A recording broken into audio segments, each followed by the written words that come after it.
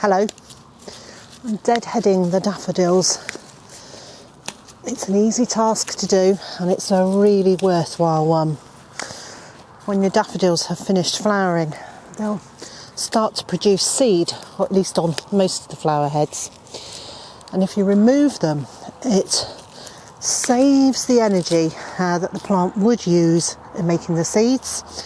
And over the next few weeks, all that energy collected from the sun via the leaves will go down into the bulb rather than going to make seeds, and then hopefully that will give you an even better display of daffodils next year.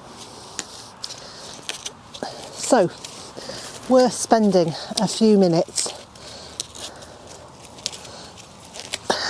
taking the heads off. Now I just drop the heads straight onto the floor because in this area that's absolutely fine. It doesn't matter, they'll also break down and form a mulch. And so today's video, which is sponsored by Readly, and I'll tell you a bit more about them later on, I want to talk to you a little bit about why I like gardening for a year ahead, why I like that process of thinking more than this week. I'm Zorab and this is Byther Farm.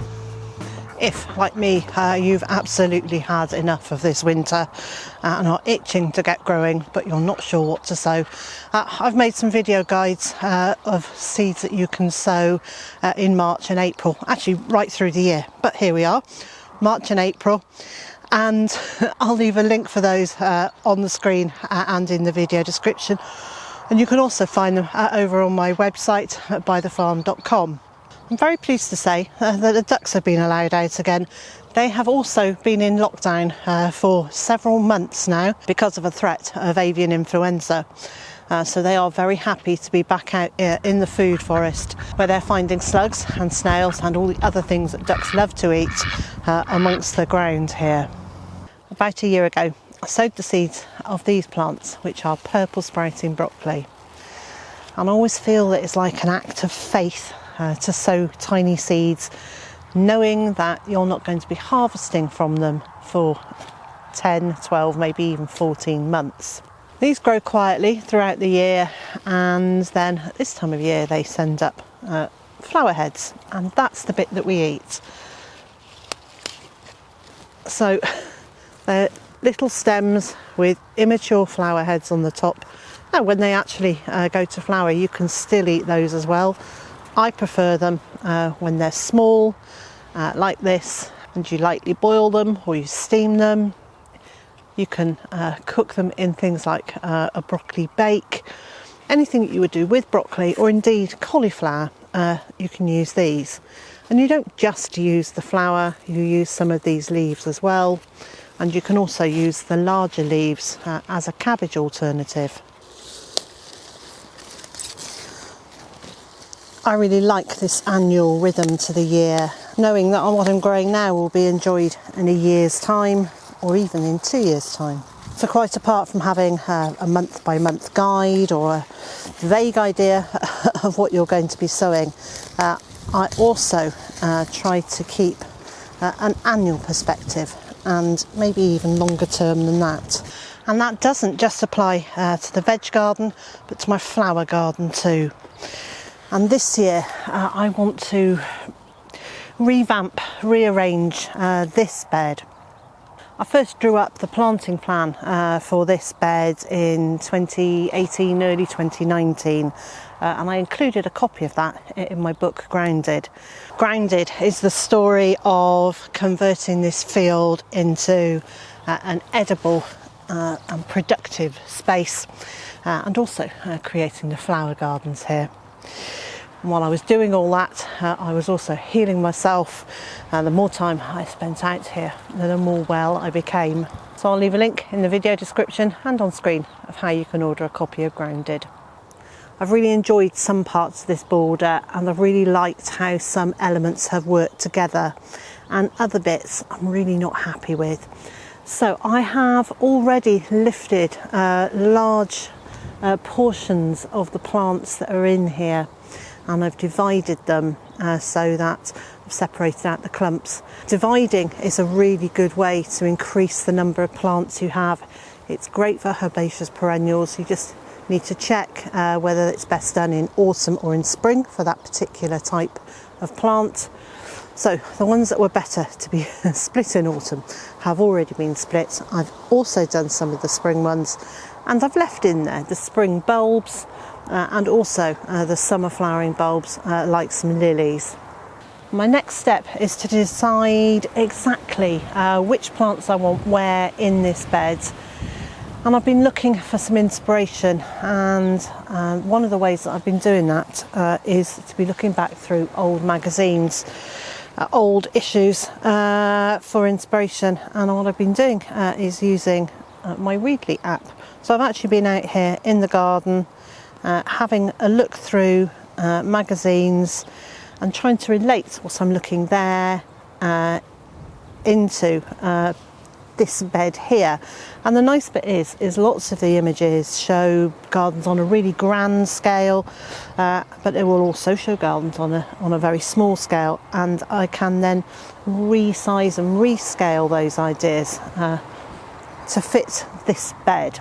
So Readly is a magazine subscription app. In the UK it's £7.99 a month, and it gives you access to hundreds of titles over lots and lots of different subjects. So it's not just gardening or homesteading, it's a full range of subjects, and there are thousands of issues that you can then have a look through in your own time. But the nice thing is that because I can bring it out into the garden, I can actually be in situ, kind of getting those ideas and really seeing how they would work in the space that I'm looking at. Anyway, Readly are offering a 6-week free trial. I'll leave a link in the video description.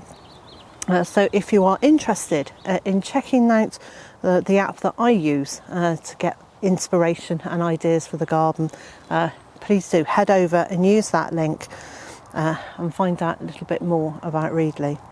So as always, before I get much further with this, I'm going to do a really close inspection of any seedlings that are growing, and I can see a few bits and pieces coming up that I really know I would like to save. They are self-sown plants from something that was over there, or possibly even down there, and it's a purple leafed, like a cow parsley almost. I can't remember its name. Its proper Latin name, so I'll leave that on the screen. I do know the variety is called raven's wing, but I can see plenty of them over there, plenty of them here. I'm going to pot all those up because I absolutely love them. They've got this very dark purple leaf and these really delicate little just off-white flowers. I've really enjoyed having them here, so I can now see about half a dozen or more of them.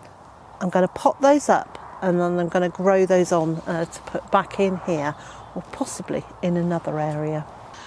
This winter has been an incredibly tough one for me. My SAD has been to visit with a vengeance, and I have not been in a great place. So I've made the decision that this year I'm not going to be doing very many veg boxes. There are 3 veg box customers that I will be growing for. I'm not going to be doing as many as I did. I just want to take the pressure off myself for the year and just be a bit kinder to me. Which means that in this growing space, which mostly last year was filled with vegetables for veg boxes, I can create more of a play area, more of an ornamental garden for a year or two. So there will be vegetables in this ornamental space, but I've decided I have got this much larger space to play with, much larger space to design, so I can be looking at much larger ideas. So as I said, there will still be food in it, but I'll be using edibles to add colour as well as ornamentals, because I want to create a garden that is nice to spend time in, that I'm enjoying being in, and looks visually attractive, but it does still need to serve a purpose. Nothing in our garden can be 100% frippery.